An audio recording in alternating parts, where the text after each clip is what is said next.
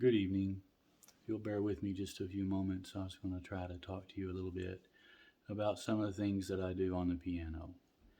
I've been playing piano for about 30 years in church primarily and just at home. I started out as a 15 or 16-year-old boy, kind of hiding behind the organist who played the lead, and I was learning as as she played and led from the organ. That gave me a lot of time to get better, become more proficient, or at least a little bit more comfortable to play by myself. I want to talk to you about a particular set of chords that I have used forever. If you can see that chord dictionary sitting there at the piano, it has been a right hand book, if you want to call it such as that. It taught me so much as I began to study the hymnal. That's what I played from. I grew up in church where we had hymns and choruses, and that was pretty much all we had. Um, I learned to read first. I watched my family sit around the piano and sit around guitars such as I have behind me and play, and I never could do anything because I didn't have the slightest idea why they were doing what they were doing on the instrument. So I asked my mother if I could take lessons, and she graciously said yes, because I think she wanted me to anyway. Um, so I learned to read, and I spent quite a bit of time reading, but I read the hymnal and I didn't like the way it sounded. They sound real blocky and pretty terrible. But I learned to read, and then I learned how to accompany in my left hand and do a few things there.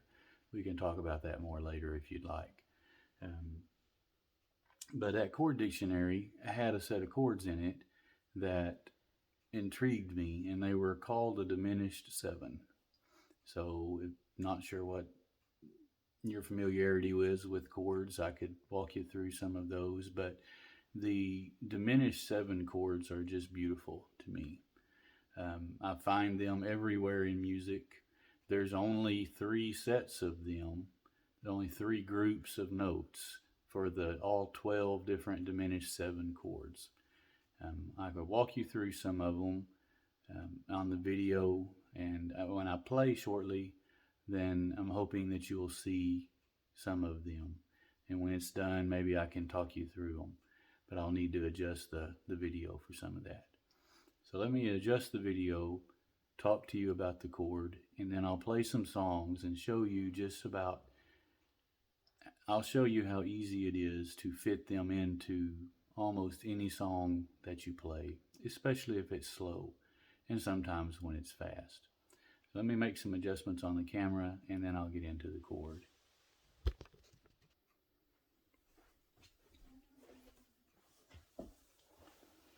So I hope you can see where I'm at and what I'm doing.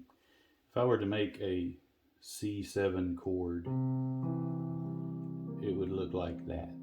Just a C, E, and G, and include a B flat with it. If I diminish this C7 chord, it looks like this. So I have diminished or flatted everything in that four-note chord except for the root.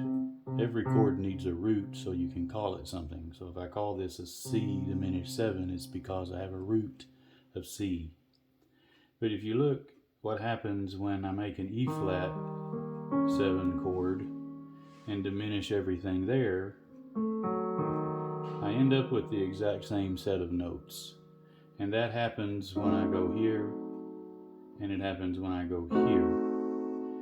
So that one group of four notes made four different chords.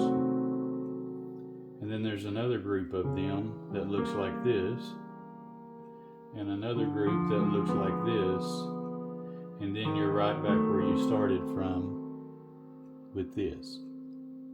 I find these chords to be extremely helpful and used a lot, going from, say, if I'm playing in the key of C,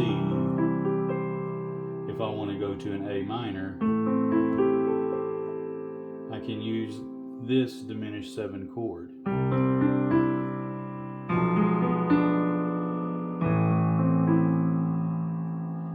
So I went from C to A minor through this note and its diminished 7 chord. So if I'm playing a song such as Amazing Grace in the key of G, I'm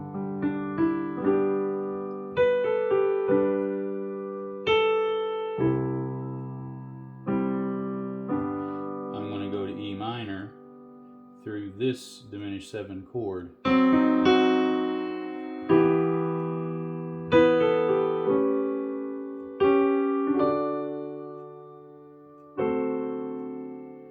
So you see, I went from the G through here to the E minor. Here I went to an A to D. But the diminished 7 chord took me from G to E minor. So I find that a lot in songs. I find it in some faster songs as well, going different directions, but I find a use for the chord. I'm going to read a little bit of some hymns, and I'll try to play them as they're written, and you'll be able to see some of those diminished chords. Look for the groupings of notes that look like this one, or this one.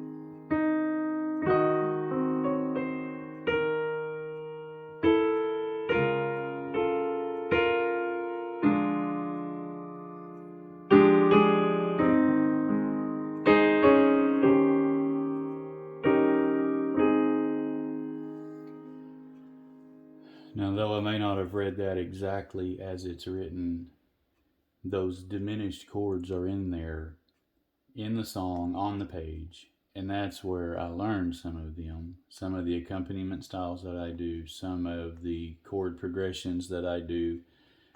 They weren't learned by ear, they were learned out of the book, and I find them in other places. Let's try this one.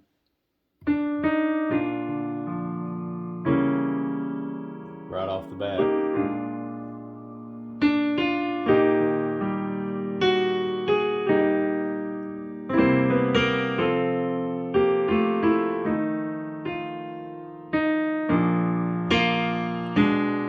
There was one.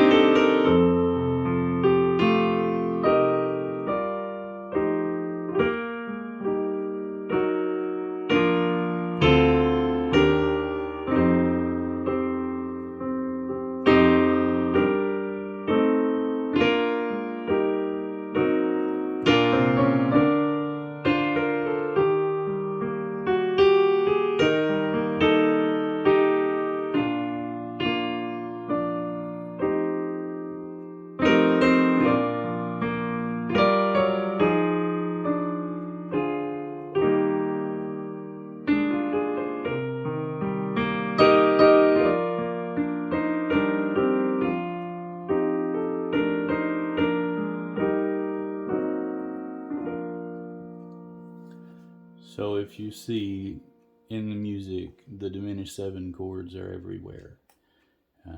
You can play them in faster songs, play them in slower songs, but I believe that they make the song sound so much better and more full.